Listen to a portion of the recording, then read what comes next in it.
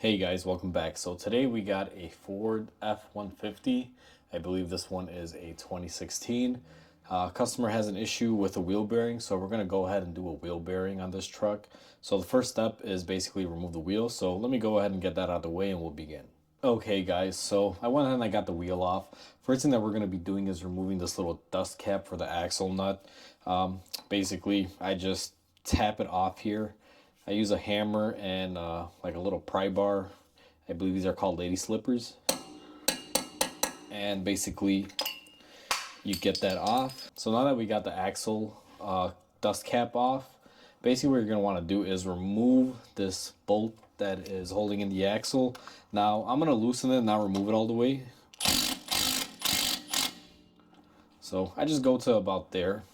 That way I have a little play, but it doesn't move out the way all the way. So the next thing that you're going to want to do here is you're going to want to grab a 22 millimeter and you're going to want to remove your brake caliper. Basically the way I do it is I remove it with this entire bracket as an assembly. So that way there's no issue with anything separating. So let me go ahead and do that with my gun here and I'll be right back with you guys. Okay, so now that we got the caliper taken off, we got to take off our rotor. Now, most of the videos that you guys seen where I remove rotors, I'm basically hitting them on the face to take them off. However, I'm not replacing this rotor. We actually have to save it and reuse it. So we're actually going to hit it in between the studs, which is the proper way to do it if you're saving it. So you're going to want to take your hammer. Now, I'll try to do this on the camera so you guys can see. Hopefully, you guys don't have too much noise on your end, but let me go ahead and attempt it.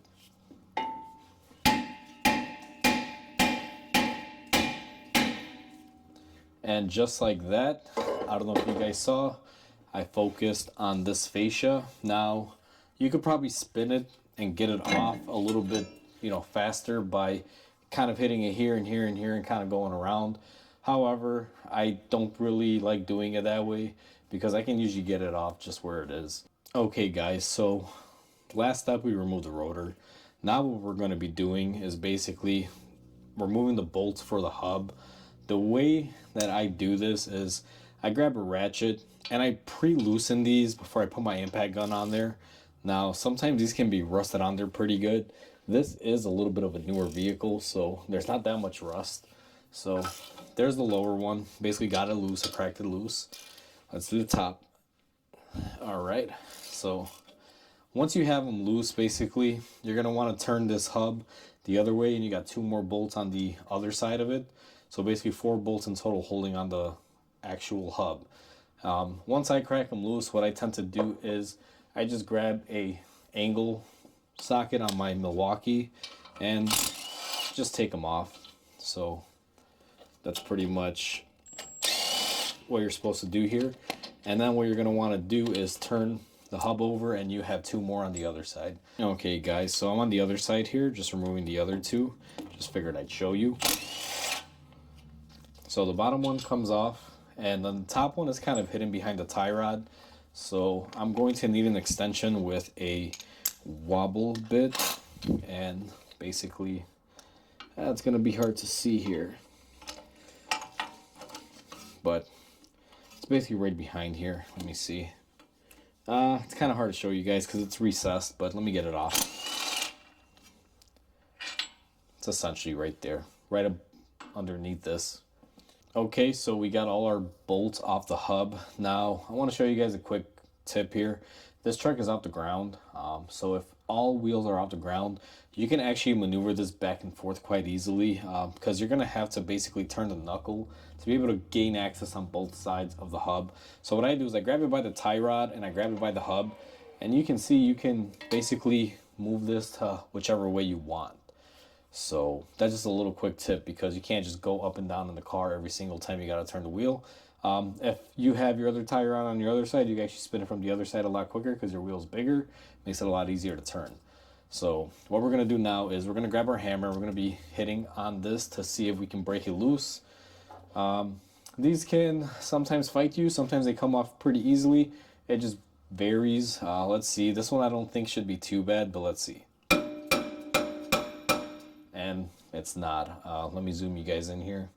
So basically just a couple taps, you can see it separating. So once I know that it's not going to fight me, the next step is to remove the ABS wire. Ford has a weird way of doing this on these F-150s. There's a bolt here, and then if you follow it along, there's two clips and the connectors all the way above in the engine bay. So let me go ahead and get most of these clips off, and then I'll show you guys where the connector is. Hey guys, so now that I've disconnected the ABS wire off the clips, basically where you want to disconnect it is if you go up and you're by the strut tower on this, it's this connector right here. So it has a little lock tab. You're going to pull back the lock tab and basically push in the clip and take it off. It's very limited here, guys, because the air box is here, so I'm going to have to put you guys down. I just wanted to show you where it was. Okay, so now we're back down here. I disconnected my connector. It would have been really difficult to show you guys. So basically what it has is it has a little lock tab that's red. You pull up on it and you press down and basically unlocks. Comes off fairly easy. It's not horrible. And then what I'm going to do is I'll kind of show you guys in detail here what you got to encounter with it. Essentially, you got the portion here. Let me pull you guys in closer. This portion is bolted up right here. And then everything else is basically, this is like a pop holder. You just pull this portion out. It has a little arm there that holds it. And then you got one clip like this and another clip just like that, just above it. And then we have our connector. So just kind of show you guys, there's a couple spots there that you gotta take off to get that off. So the next step, now that we have our wire out here and basically the hub is unbolted, the only bolt keeping anything together right now is the axle bolt. So what I'm gonna do is I'm gonna go ahead and I'm going to get this off all the way now. So now that I have that off, what I'm gonna do is basically take my hammer and we're just gonna pry it all the way out. Now you want to be careful. I try to keep my hand in the front here as I hit it. So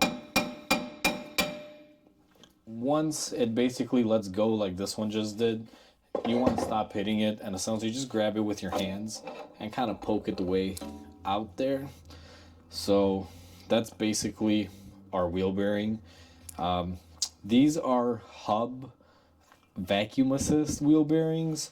It's kind of a weird and funky system the way that Ford does it, but let me get you guys closer here and I'll kind of show you what I'm talking about. Okay guys, so I pretty much have you guys zoomed in now, and the way that Ford does their four-wheel drive is still really weird to me. I don't know if this is a good way or a bad way. It just seems very complicated to me. Essentially, if you notice, this is the axle right here, and around it you have a gear tooth, and on the back side there's vacuum that helps this thing. Basically, it's like a diaphragm. It'll basically keep vacuum on the gear and keep it in two-wheel drive, and then when you turn on the switch, it lets go and it basically actuates it into four-wheel drive. And if you guys can see here, this thing does move. It's on a diaphragm. I don't know. To me, this is just very complicated.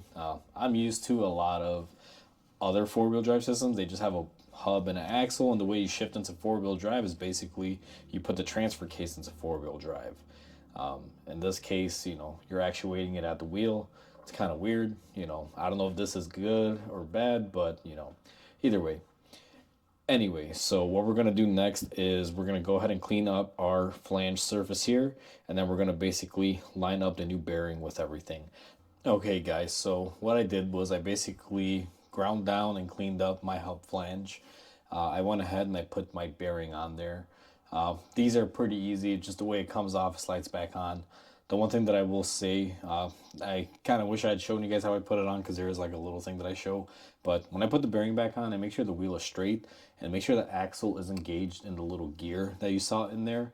And then on the back of the hub here, there's also some teeth that you got to line up. So once you do all that, then I just put the axle nut in there just to kind of help keep everything together. And that's basically what I've done up to this point now. So once you have all that done, what you're going to want to do is basically take your bolts. It has 4 of them. Now these don't come with Loctite from the factory, but I like to use the blue stuff. Sorry, this is pretty dirty. I use it quite extensively with dirty hands. So I'm going to go ahead and put some Loctite on my bolts, and I'm going to go ahead and bolt up the hub. Okay guys, so now I basically have my hub bolted on. Everything is tightened and torqued. What I'm going to do in my next step is I'm going to tighten up my axle nut. Now the way that I do this, I take my impact. Now I'm not going to impact it on, I'm just going to get it tight. And I back it off so I can pull the axle through. And then I just get it on there nice and gentle. And then what you're going to want to do is you're actually going to want to torque this. This one does have a torque spec of 30 foot-pounds. So I'm going to take my 3/8 ratchet. I use a gear wrench.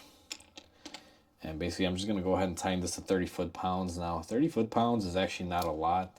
You can basically achieve this by hand if you really don't have a torque wrench. But I would prefer just to get it right the first time and not mess around with it.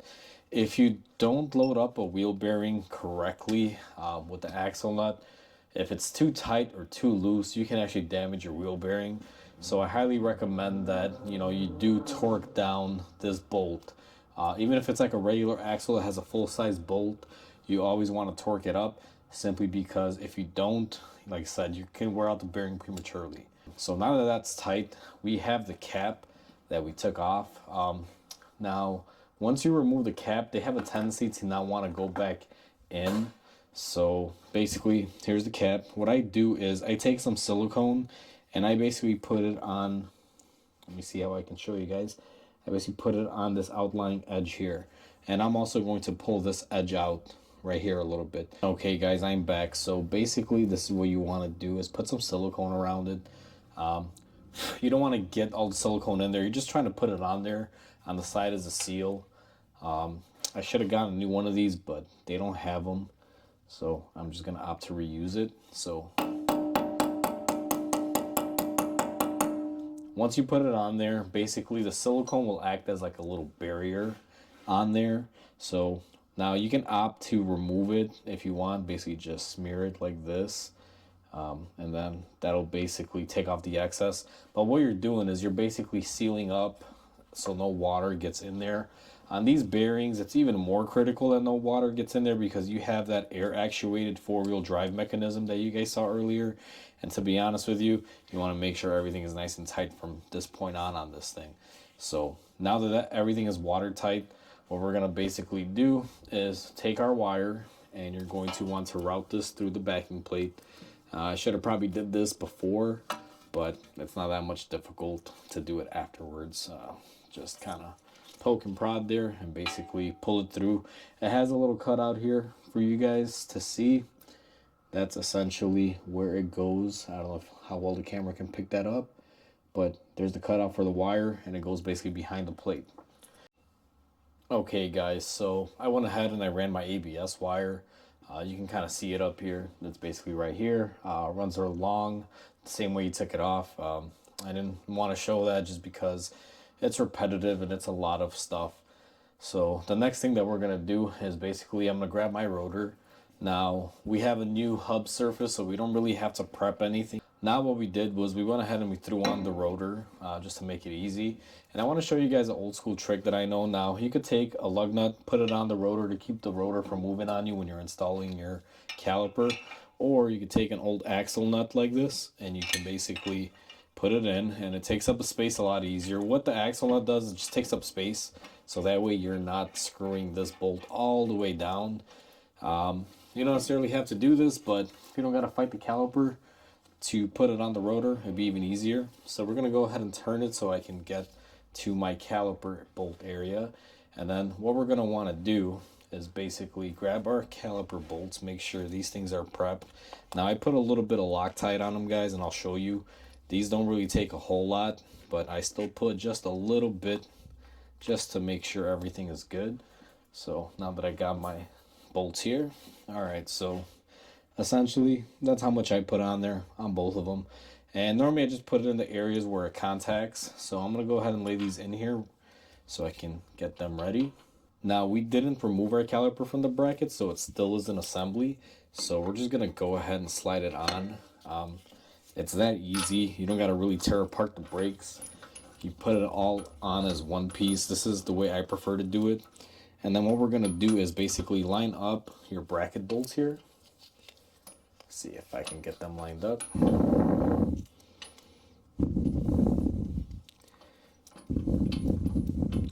And you always want to do this by hand, guys. I always say this in every video, and I probably always will. Do it by hand, because if you don't do it by hand and you take the impact gun and you strip them, it's going to be a world of hurt. You're going to be buying a new caliper, a new bracket, or you're possibly going to be buying a knuckle if the threads are part of the knuckle assembly. So, you know, just make sure. I have to grab my socket just to get a little bit of leverage on them to make sure. So, all right. Looks like everything is nice and threaded in there. So what I'm going to do off camera is I'm going to go ahead and put the bolts on, get them nice and tight, and now I'll show you the next step. All right, so our caliper and bracket is set. We have our rotor on and everything. We can go ahead and remove our rotor holder. This is just there to hold everything in place. And basically, that's how you replace a wheel bearing on these Ford F-150s. It's not really complicated. I know sometimes people will get scared because of that vacuum system, and it's not the most complicated thing out there. It looks very intimidating, but as you saw, it's not. It's just like every other wheel bearing out there. The only difference is that you have some little gear teeth on the backside. Just kind of show you that. This is the old one, so you can see these little gears. Basically, you just line those up. But other than that, it's pretty much just like a standard wheel bearing. Nothing really crazy about it. So anyways, guys, we're all set here. This one's all done. I'm going to put the tire on, torque everything, and just send it down the road. So until the next repair, I'll catch you guys on the next one. And I just wanted to say, if you like my videos, please comment, like, and subscribe. Helps my channel grow. And I'll catch you guys on the next repair. You guys have a great day.